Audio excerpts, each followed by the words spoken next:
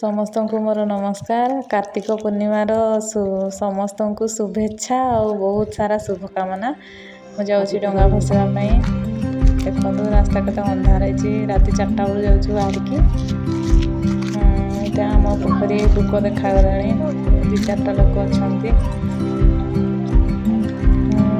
ମୁଁ ପୂଜା ଆରମ୍ଭ କରିଦେଲିଣି। ପାଣି ଆଣିବା ପାଇଁ ଯାଇଛି। ଭୋଗ ଛଡ଼େଇଦେଲି ଟିକେ। ଦୀପ ଲଗେଇଦେବା। ଗୋଟେ ହିଁ ମାଚିସ୍ କାଟିଥିଲା, ଗୋଟେ ଦୀପ ଜଳିଲା।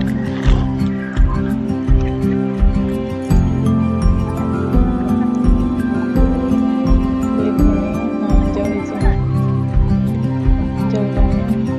ଆର ଦୀପରୁ ଆଣି ନିଆଁ ଲଗେଇ ଦେଇ ଜଳେଇଦେଲି। ଟିକେ ବନ୍ଦେଇଦେବା।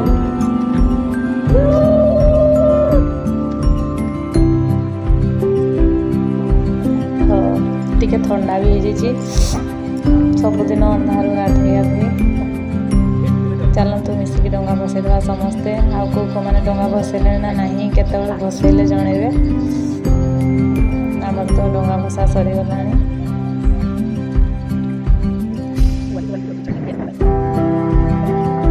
ଯାହାର ଯାହା ମାନସିକ ଥିବ ମାଗିଦେବେ।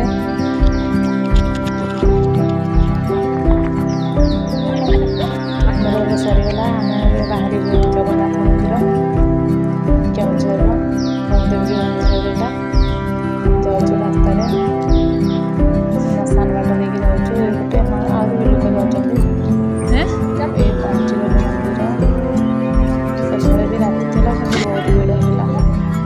ଠାକୁର ବହୁତ ଭିଡ଼। ଦୂରରୁ ବହୁତ ଦର୍ଶନ ହେଲା, କିନ୍ତୁ ଘଣ୍ଟେ ଦର୍ଶନ ହେଇଗଲା। ଦର୍ଶନ ସାରିକି ଆମେ ବାହାରିଗଲୁ ଲକ୍ଷ୍ମୀ ମନ୍ଦିର ଆଡ଼େ। ଲକ୍ଷ୍ମୀ ମାଙ୍କୁ ଟିକେ ଦର୍ଶନ କରିଦେବା।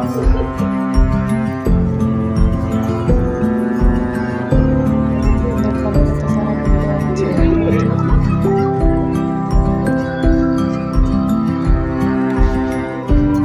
ବଳଦେବଜୀଉଙ୍କ ସବୁ ଠାକୁର।